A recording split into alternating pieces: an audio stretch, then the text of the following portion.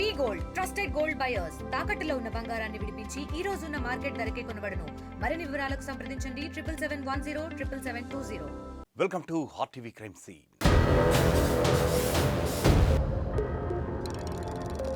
భార్యాభర్తల మధ్య గొడవలు జరిగితే ఆ బంధాన్ని ఎలా పటిష్టం చేసుకోవాలో ఆలోచించాలి, కానీ ఆ బంధాన్ని తుంచుకోవడమో లేదా ప్రాణాలు తీసుకోవడమో పరిష్కారం కానే కాదు.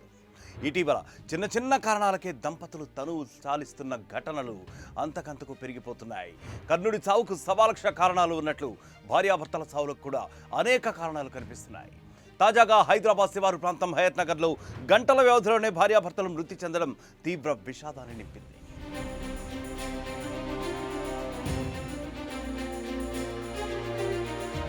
భార్య చనిపోయిన కొన్ని గంటల్లోనే భర్త కూడా చనిపోయిన ఘటన హయత్ నగర్ పరిధిలో చోటు చేసుకుంది.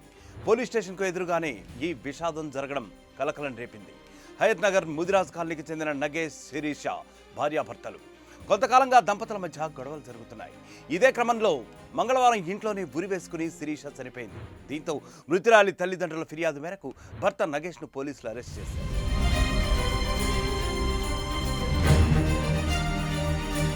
పోలీసుల అదుపులో ఉన్న నగేష్ను బంధువులు జామీను మీద బయటకు తీసుకొచ్చారు. అలా బయటకు వచ్చిన కొన్ని గంటల్లోనే నగేష్ కూడా మృతి చెందాడు.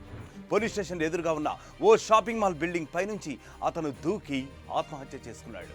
ఇదంతా అక్కడే ఉన్న సీసీ కెమెరాలో రికార్డ్ అయింది.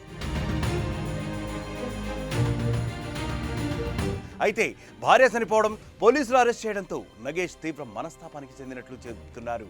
తన జీవితం నాశనం అయిపోయిందని, ఎలాగైనా జైలుకు వెళ్లాల్సి వస్తుందన్న భయంతోనే నగేష్ బలవన్న మరణానికి పాల్పడ్డట్లుగా అనుమానిస్తున్నారు. సీసీ కెమెరాల్లో నమోదైన దృశ్యాల ఆధారంగా పోలీసులు ఇప్పుడు ఈ కేసు కూడా దర్యాప్తు చేపట్టారు.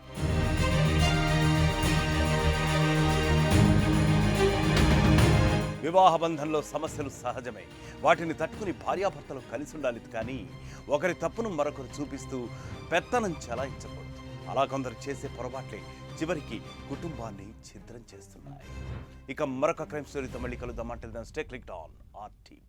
మరిన్ని వీడియోస్ కోసం ఛానల్ ని సబ్స్క్రైబ్ చేయండి. లేటెస్ట్ అప్డేట్స్ కోసం వాట్సాప్ ఛానల్ ని ఫాలో అవ్వండి. ఆ లింక్ డిస్క్రిప్షన్ లో ఉంది.